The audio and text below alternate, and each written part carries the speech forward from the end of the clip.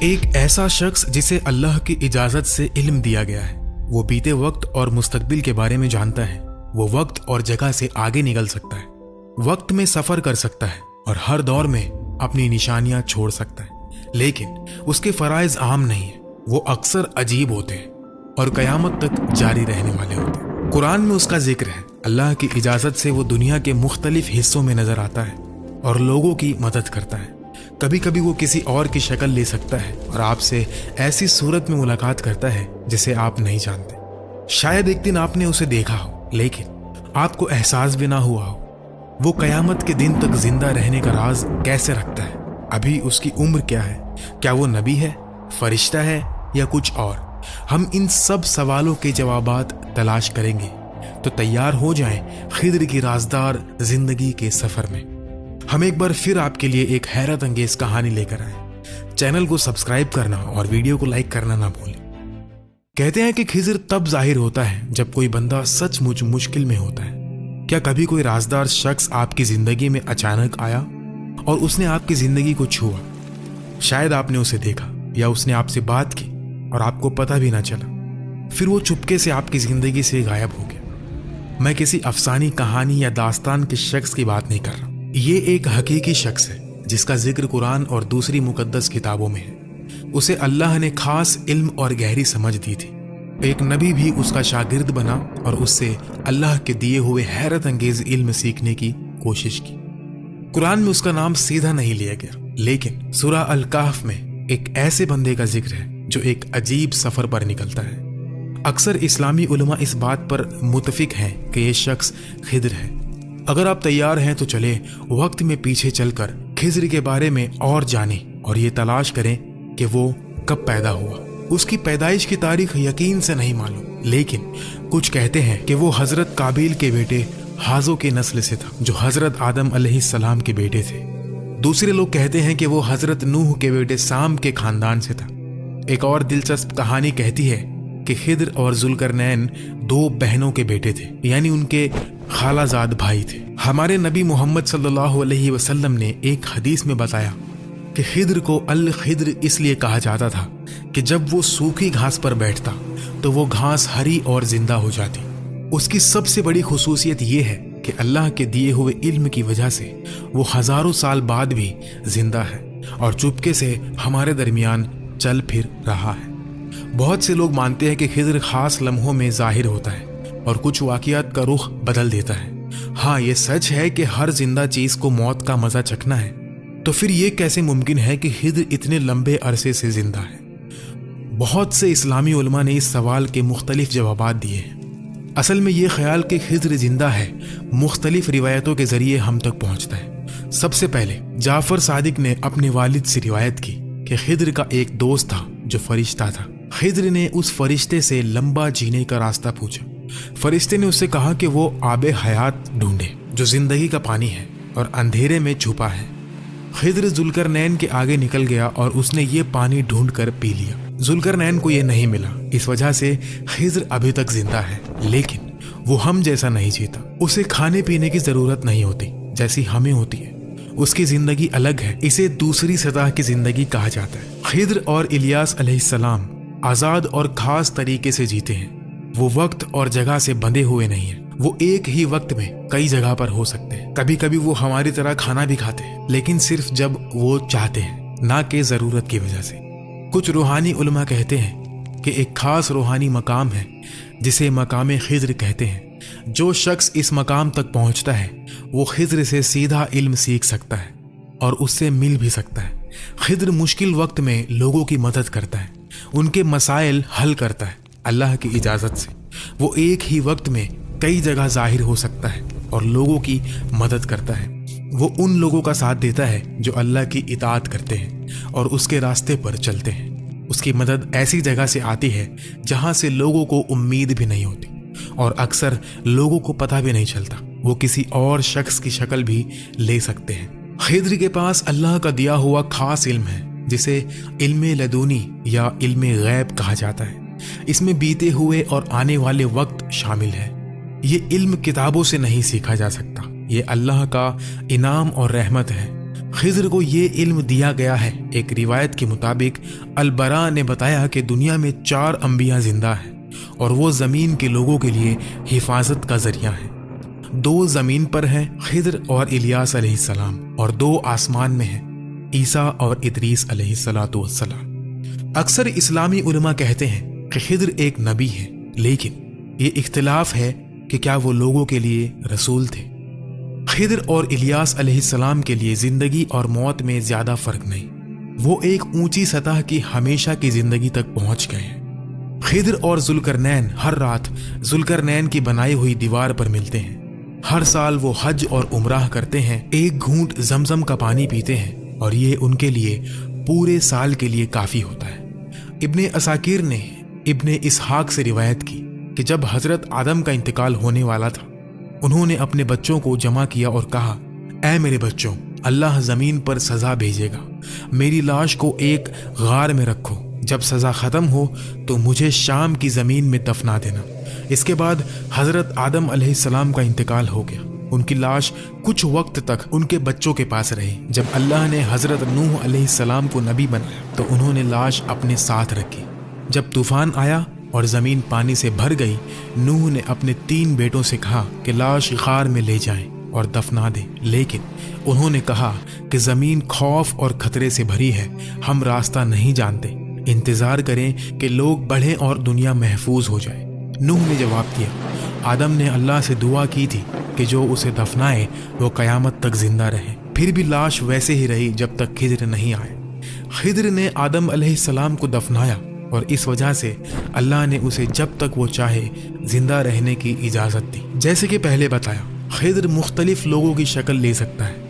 ایک بڑے اسلامی عالم امام ربانی نے اپنی کتابوں میں لکھا کہ ایک صبح انہوں نے خضر اور الیاس علیہ السلام کو روحانی شکل میں دیکھا۔